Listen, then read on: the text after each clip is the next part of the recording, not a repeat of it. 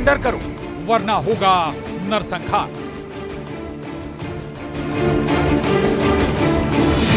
क्या पुतिन का ये आखिरी अल्टीमेटम है? क्या 50,000 यूक्रेनी सैनिक मारे जाएंगे? पुतिन ने क्यों पलटी ट्रंप की बाजी? यूक्रेन और यूक्रेनी सेना की स्थिति बहुत ज्यादा खराब हो चुकी है। हालात ये हैं कि एक तरफ अमेरिका के राष्ट्रपति ट्रंप पुतिन का नाम लेकर जेलेंस्की पर हमला कर रहे हैं, तो वहीं दूसरी तरफ पुतिन यूक्रेन को सीधी चेतावनी दे रहे हैं कि यूक्रेनी सेना कुर्स्क में तुरंत सरेंडर कर दे वरना बुरी तरह से मारी जाएगी। हम आपको दिखाने जा रहे हैं क्यों ट्रंप ने कहा कि अगर कुर्स्क में राष्ट्रपति जेलेंस्की ने पुतिन की बात नहीं मानी तो सेकेंड वर्ल्ड वॉर के बाद का सबसे बड़ा नरसंहार रूसी सेना के हाथों हो जाएगा।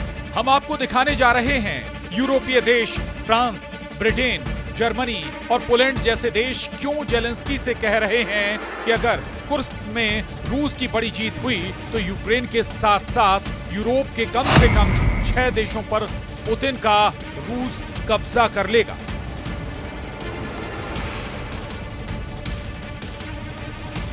पिछले 24 घंटे में 3 साल से ज्यादा समय से चल रहा यूक्रेन युद्ध कैसे जेलेंस्की के लिए नासूर बन गया, ये हम आपको दिखाने जा रहे हैं। कुर्स्क में यूक्रेनी सेना का नरसंहार हो रहा है। पुतिन की स्पेशल फोर्स तैयार खड़ी। पश्चिमी रूस के कुर्स्क के इस इलाके को देखिए जहां यूक्रेनी सेना को भारी नुकसान उठाना पड़ा है। अमेरिका के तमाम हथियार जिनके दम पर यूक्रेनी सेना रूसी सेना पर जानलेवा हमला कर रही थी, उसे रूसी सेना ने तबाह और बर्बाद कर दिया।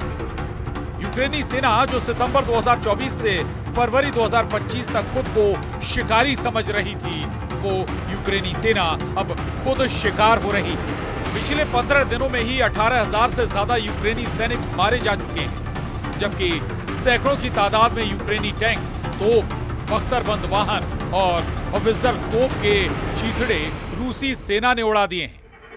हालात ये हैं कि जो जेलेंस्की सोच रहे थे कि कुर्स्क इलाके पर कब्जा करके पुतिन को घुटनों पर ला दें, वो जेलेंस्की अब पुतिन के ऐसे फंदे में फंस चुके हैं जहां पर यूक्रेनी सेना के नरसंहार पर बड़ा खतरा पैदा हो गया।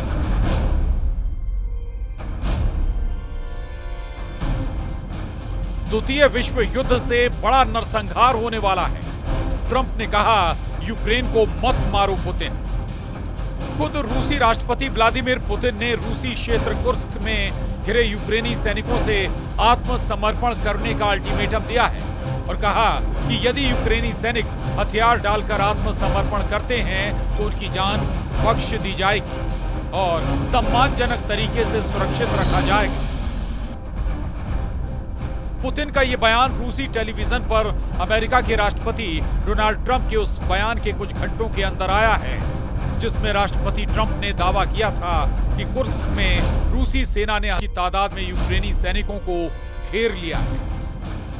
राष्ट्रपति ट्रंप ने रूसी राष्ट्रपति पुतिन से अपील की थी कि वो यूक्रेनी सैनिकों की जान बख्श दें। राष्ट्रपति ट्रंप ने सोशल मीडिया पर की गई पोस्ट पर लिखा था, हमारी रूसी राष्ट्रपति व्लादिमीर पुतिन से बहुत अच्छी और उपयोगी बातचीत हुई। इस खून खराबे वाले भयानक युद्ध को खत्म करने की बड़ी संभावना है, लेकिन इस समय हजारों यूक्रेनी सैनिक पूरी तरह रूसी सेना से घिरे हुए हैं और बेहद मुश्किल स्थिति में हैं। मैंने पुतिन से जोर देकर अनुरोध किया कि उनकी जान बख्शी जाए। ये बहुत भयानक नरसंहार होगा, जैसा कि द्वितीय विश्व युद्ध के बाद कभी नहीं देखा गया।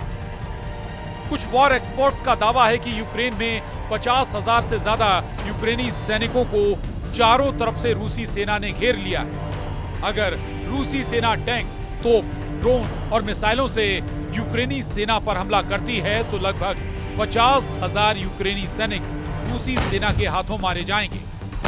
अगर ऐसा होता है तो ये द्वितीय विश्व युद्ध से भी कहीं बड़ा सैनिकों का नरसंहार साबित हो सकता है। इस बीच व्लादिमीर पुतिन ने बताया, यूक्रेनी सेना के हथियारों पर कब्जा हो चुका है। कुर्स्क से भागना यूक्रेनी सैनिकों के लिए असंभव है। इन्हें यहां घेर लिया गया है, ये निश्चित हो चुका है। अगर अगले कुछ दिनों में पूरी तरह से नाकाबंदी हो जाती है तो कोई भी बाहर नहीं निकल पाएगा। यूक्रेनी सैनिकों के लिए केवल दो विकल्प ही बचे हैं, या तो आत्मसमर्पण करें या मर जाएं। अब आप ये भी जान लीजिए राष्ट्रपति जेलेंस्की पुतिन के इस अल्टीमेटम पर क्या कह रहे हैं।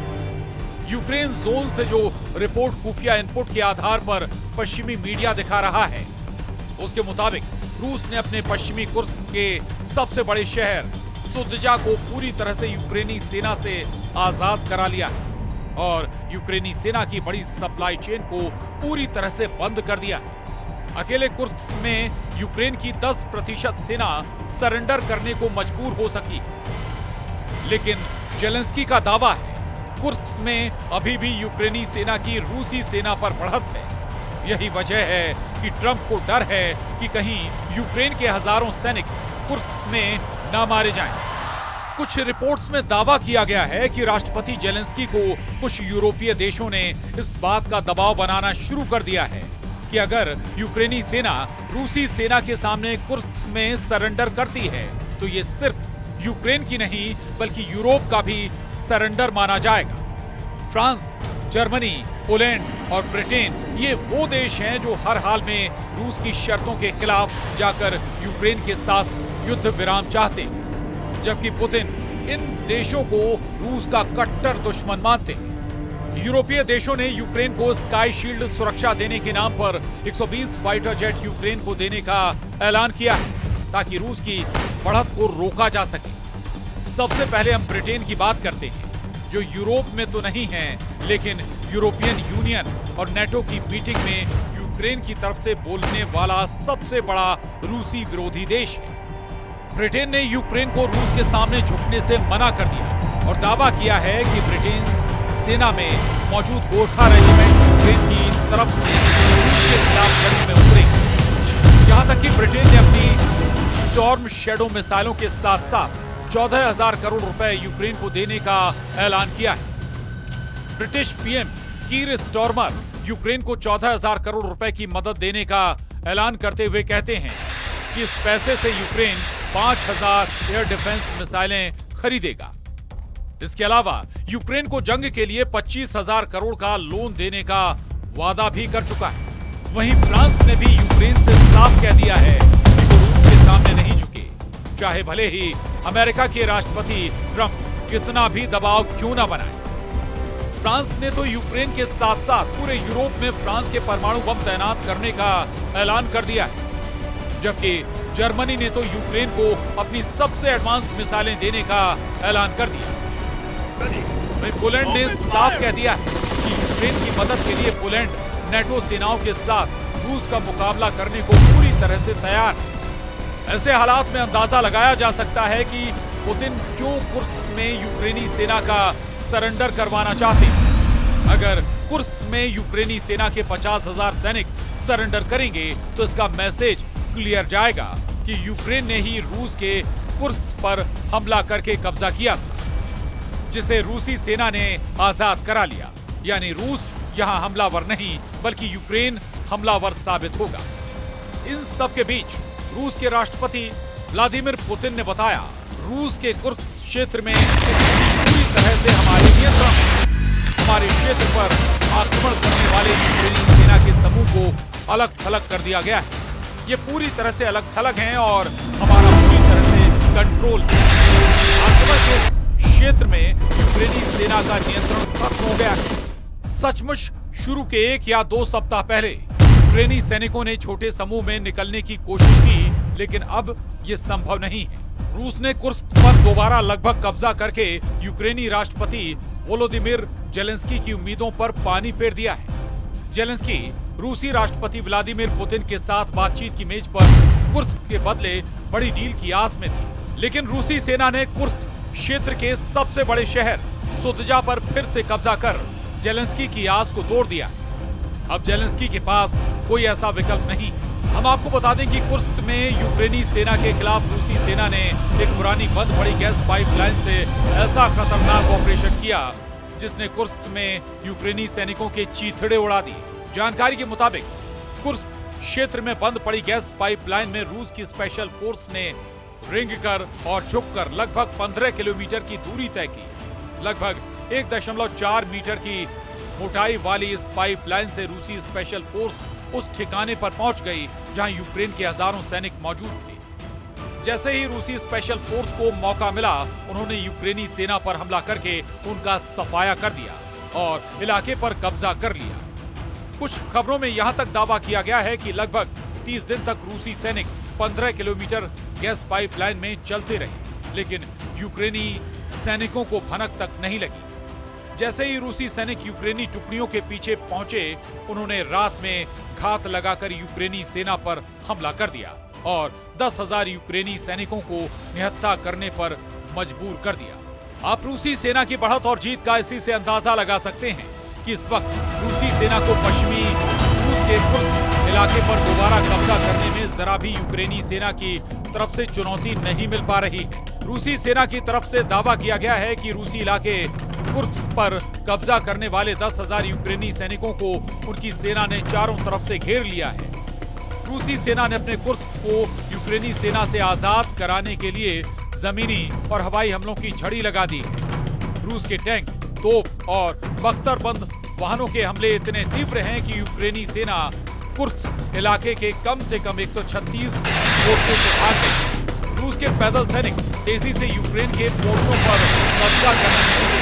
यूक्रेन सेना इस वक्त इसलिए कुर्स्क में बुरी तरह से हार रही है क्योंकि अमेरिका से मिले हिमास रॉकेट अमेरिकी सहायता के बिना सटीक हमला नहीं कर पा रहे हैं। दावा किया जा रहा है कि 50,000 यूक्रेनी सैनिकों को कुर्स्क में रूसी सेना ने इस तरह से घेर लिया है ताकि वो जल्द से जल्द सरेंडर कर दें। रूस ने कुर्स्क के साथ साथ डोनेत्स्क और ओदेसा में क्लस्टर बमों से यूक्रेनी सेना पर हमला किया, जिसकी वजह से यूक्रेनी सेना के 24 घंटे के अंदर 1200 से ज्यादा सैनिक मारे गए।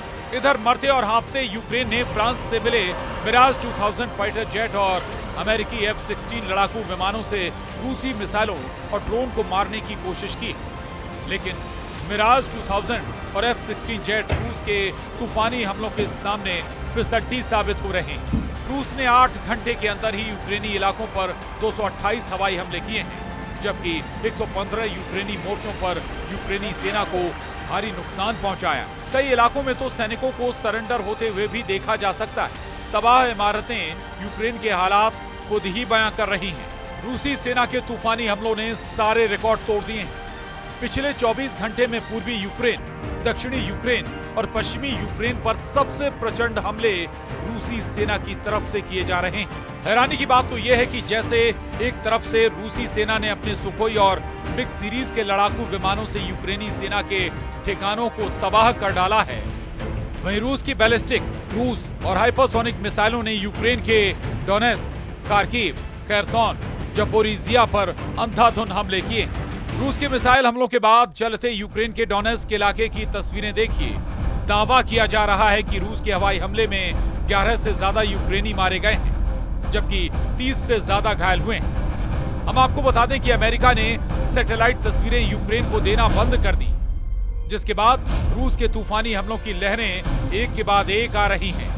वॉरजोन से आई खबरों के मुताबिक यूक्रेन के डोनेत्स्क इलाके डोब्रोपिल्या शहर में 8 इमारतें पूरी तरह से जलकर राख हो गईं। अब जरा रूस के हवाई हमलों की दूसरी तस्वीर देखिए, जिसने यूक्रेन के ओदेसा शहर को जलाकर भस्म कर दिया है। दावा किया जा रहा है कि यूक्रेन के दक्षिणी काला सागर बंदरगाह ओदेशा में भयंकर तबाही हुई। यहाँ पर रूस के दर्जनों ड्रोन ने एक साथ हमला किया।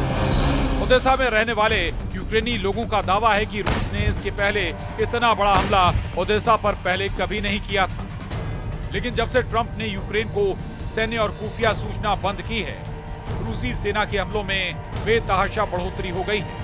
राष्ट्रपति जेलेंस्की भी रूसी हमलों को लेकर अमेरिका और यूरोप से फिर गुहार लगाने लगे हैं।